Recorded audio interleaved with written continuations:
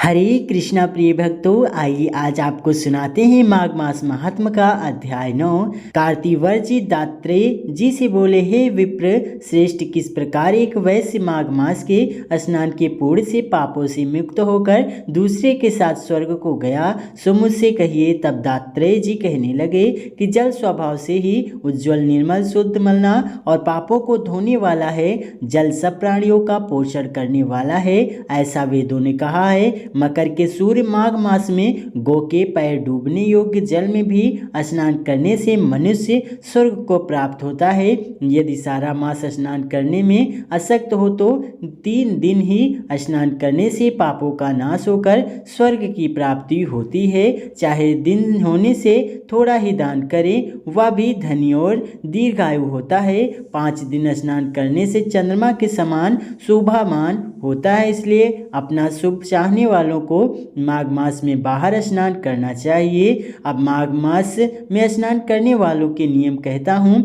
अधिक भोजन का उपयोग नहीं करना चाहिए, भूमि पर सोना चाहिए, भगवान त्रिकाल का पूजन करना चाहिए। ईंधन, वस्त्र, कंबल, जूता, कुमकुम, घी, तेल, कपास, रुई, वस्त्र तथा अन्न का दान करना चाहिए। दूसरे की अग्नि न तपे, ब्राह्मण दान न लें और मास के अंत में ब्राह्मणों को भोजन कराएं और उसको दक्षिणा दें तथा एकादशी के नियम से माघ मास का स्नान का उद्यापन करें। भगवान से प्रार्थना करें कि हे देव, इस स्नान का मुझको यथोवक्त फल दीजिए। मौन रहकर इस मंत्र का उच्चारण करें, फिर भगवान का स्मरण करें। जो मनुष्य श्री गंगा जी में माघ मास में स्नान करते हैं वे 4000 युग तक स्वर्ग में ही जाते हैं। जो कोई माघ मास में गंगा और यमुना का स्नान करता है वह प्रतिदिन 1000 स्वर्ण मुद्रा दान का फल प्राप्त करता है और 1000 का पिला गो के दान का फल भी पाता है। दात्रेय जी कहने लगे कि हे राजन, प्रजापति ने पापों के नाश के लिए प्रयाग तीर्थ की रचना की। सफेद गंगा जी और काली यमुना जी के जल की धारा में स्नान का महात्म्य भली प्रकार सुनो। जो इस संगम में माघ मास में स्नान करता है वह गर्भ योनि में नहीं आता, अर्थात संसार सागर में नहीं आता है। माघ मास में प्रयाग में स्नान करने से मनुष्य अच्छे भोगों को भोग कर ब्रह्मा को प्राप्त होता है। माघ मास तथा मकर के सूर्य में जो प्रयाग में स्नान करता है उसके पुण्य की गिनती चित्रगुप्त भी नहीं कर सकते। 100 वर्ष तक निराहार रहकर जो पुण्य प्राप्त होता है वही फल माघ मास में 3 प्रयाग में स्नान करने से होता है, जो फल 100 वर्ष तक योगाभ्यास करने से मिलता है। जैसे सांप पुरानी कचली को छोड़कर नया रूप ग्रहण कर लेता है, वैसे ही माघ मास में स्नान करने से मनुष्य पापों को छोड़कर स्वर्ग को प्राप्त होता है। हे राजन, जिसको अमृत कहा है वह त्रिवेणी ही है। ब्रह्मा, शिव, रुद्र, आदित्य, गंधर्व, लोकपाल, यक्ष, ब्राह्मणी, पार्वती, लक्ष्मी, सची, नैना, अदिति, संपूर्ण देव पत्नियां, मेनका, उर्वशी, पितर, मनुष्य गण, कलयुग में गुप्त और सतयुग में प्रत्यक्ष सब देवता माघ मास में स्नान करने के लिए आते हैं। इन दिनों माघ मास में प्रयाग में स्नान करने से जो फल मिलता है वह ईश्वर ही कह सकता है, मनुष्य में कहने की शक्ति नहीं है। हजारों अश्वमेध यज्ञ करने से भी यह फल प्राप्त नहीं होता। पूर्व समय में कंचन मालिनी ने इस स्नान का फल राक्षस को दिया था और इससे वह पापी मुक्त हो गया था। कार्तिवर कहने लगा कि हे भगवान, वह राक्षस कौन था और कांचन मालिनी कौन थी? उसने अपना धर्म कैसे दिया और उनका साथ कैसे हुआ? हे ऋषि, अति की संतानों के सूर्य कथा सुनाकर मेरा कौतूहल दूर कीजिए।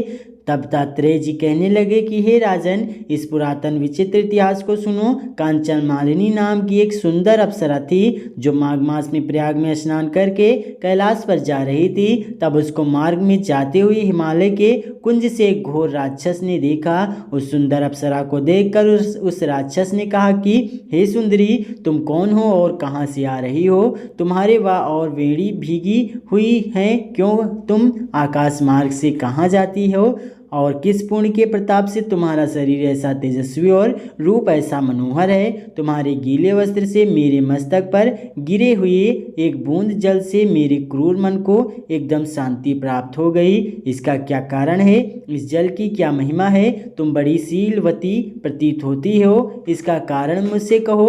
तब अप्सरा ने कहा कि हे राक्षस सुनो, मैं काम रूपड़ी अप्सरा हूँ। मैं प्रयाग में संगम से स्नान करके आ रही हूँ, इसी से मेरे वस्त्र भीगे हुए हैं। अब कैलाश पर जा रही हूँ, जहाँ पर श्री शिव निवास करते हैं। त्रिवेणी के जल से मेरी सब क्रूरता दूर हो गई है, जिसके पूर्ण के प्रभाव में इतनी सुंदर और पार्वती जी की प्रिय सखी हुई।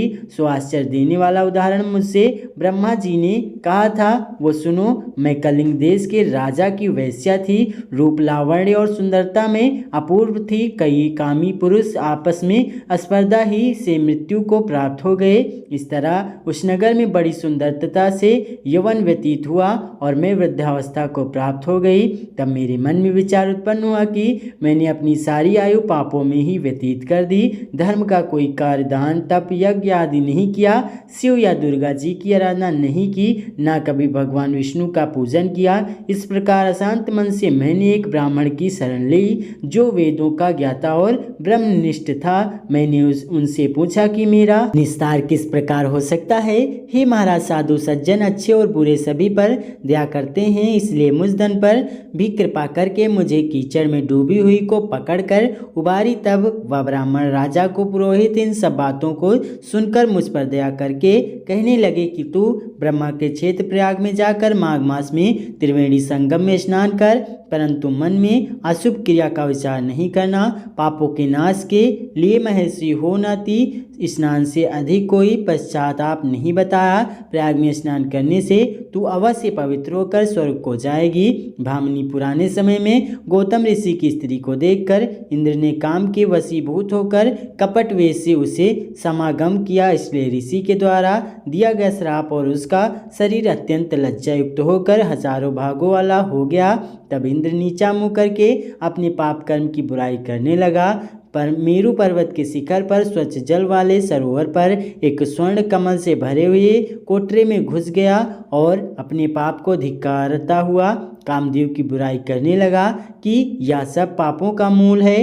इसके भी वशीभूत होकर मनुष्य नरक में जाते हैं और अपनी धर्म, कीर्ति, यश और धैर्य का नाश करते हैं। इंद्र ऐसा सोच रहा था, सो इंद्र के बिना सारा देवलोक शोभाहीन हो गया। तब देवता, गंधर्व, किन्नर, लेखपाल इंद्राणी के सहित बृहस्पति जी से जाकर पूछने लगे कि महाराज, इंद्र के न रहने से स्वर्ग ऐसा शोभाहीन हो गया है जैसे शतपत्र के बिना श्रेष्ठ कुल, इसलिए स्वर्ग की शोभा के लिए कोई क्रिया सोचिए, इस विषय में देर नहीं करनी चाहिए। तब बृहस्पति जी ने कहने लगे कि इंद्र ने बिना सोचे विचारे कर्म किया है, उसका फल भोग रहा है, सो वह कहाँ है, मैं यह सब जानता हूँ। फिर गुरु जी ने सबको साथ लेकर स्वर्ण कमलों से युक्त बड़े सरोवर में इंद्र को देखा, जिसका मुख मलिनी और आंखें बंद थी। तब इंद्र ने बृहस्पति जी के चरणों को पकड़कर कहा कि इस पाप से उद्धार करके आप मेरी रक्षा कीजिए। तब बृहस्पति जी ने इंद्र से कहा कि प्रयाग में स्नान करने से ही तुम पाप मुक्त हो जाओगे। तब इंद्र सहित सबने ही प्रयाग में जाकर संगम में स्नान किया और त्रिवेणी स्नान से इंद्र पाप मुक्त हो गए। तब बृहस्पति जी ने इंद्र को वरदान दिया कि तुम्हारे शरीर में जितने भाग हैं सब नेत्र हो जाएं। तब इंद्र ब्राह्मण के वर से हजारों नेत्र से ऐसा सुशोभित हुआ जैसे मानसरोवर में कमल शोभायान होता है।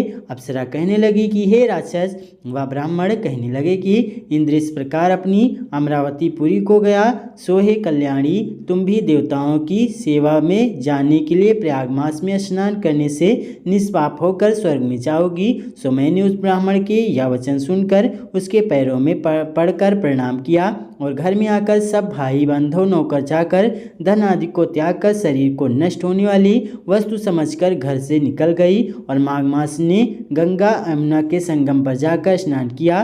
सो हे निशाचर, 3 दिन के स्नान से मेरे सभी पाप नष्ट हो गए और 27 दिन के पूर्ण से मैं देवता हो गई और पार्वती जी की सखी होकर सुख से निवास करती हूँ। इसलिए मैं प्रयाग के महात्मा को याद करके सब देवताओं के सहित माघ मास में प्रयाग स्नान करती हूँ। सो मैंने अपना यह सब वृतांत तुमसे कहा, तुम भी इस योनि में पड़ने और ऐसे कुरूप होने का सब कारण कहो। तुम्हारी दाढ़ी और मच्छी बहुत बड़ी बड़ी हो गई हैं और पर्वत की गुफा में वास करते हो। तब निशाचर कहने लगा कि हे भद्रे, सज्जनों से गुप्त बातें कहने में भी कोई हानि नहीं होती। मुझको अब कोई संशय नहीं रहा कि मेरा उद्धार तुमसे ही होगा। सो मैं अपना सब वृतांत तुमसे कहता हूँ। मैं काशी में वेदों का ज्ञाता था और बड़े उच्च कुल के ब्राह्मण के घर में जन्म लिया था।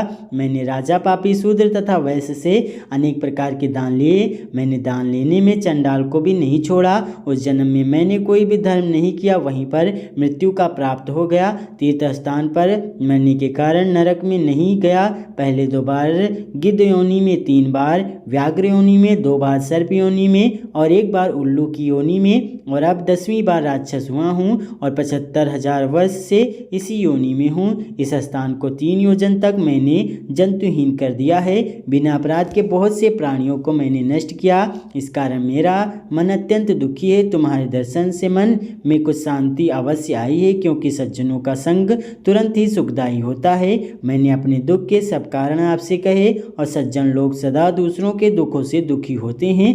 अब यह बताओ कि इस दुख रूप समुद्र को कैसे पार कर सकता हूँ। तब दात्रेय जी कहने लगे कि इस प्रकार उसने वचन सुनकर कंचन मालिनी कहने लगी कि हे राक्षस, मैं अवश्य तुम्हारा कल्याण करूंगी। मैंने दृढ़ प्रतिज्ञा की है कि तुम्हारी मुक्ति के लिए प्रयत्न करूंगी।